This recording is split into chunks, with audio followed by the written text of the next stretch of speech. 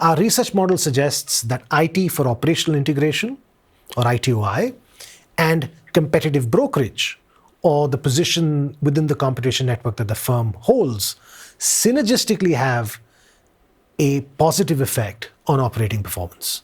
This synergy is because of super additive value creation and sub-additive cost reduction benefits that are accrued from both IT for operational integration and competitive brokerage operating or working together.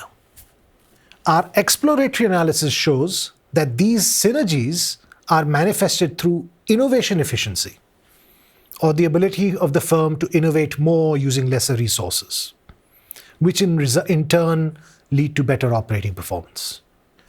Thus, in sum, our theoretical mechanism suggests that the synergy of ITOI and competitive brokerage allows firms to produce better targeted innovations at lower cost. Our findings suggest that as managers think of strategies and tactics to increase operating performance, they must open their gaze, look beyond the immediate level of analysis that they're considering. It's not the information technology alone that matters, but also where you are placed or positioned within the network of your competitors that conjunctively, in combination with your IT, will enable you to increase your operating performance.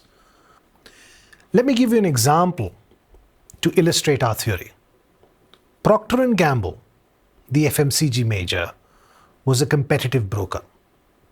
They competed in multiple industries and spanned several competitive niches or sub-networks within the larger competitive network. For example, they were in dental care, they were operating in laundry detergents, and many other industries. P&G as a competitive broker benefited from this competitive brokerage position because it was able to get information about new innovations, competitive actions across a variety of industries. Concurrently, they also used to invest very heavily in their IT for operational integration. For example, their RFID initiatives were very well known.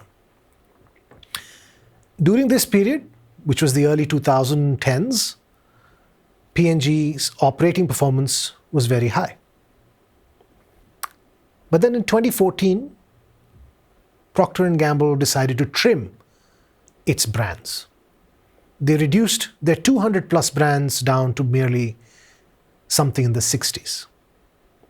With 60 brands operating in lesser industries, the competitive brokerage position of P&G reduced.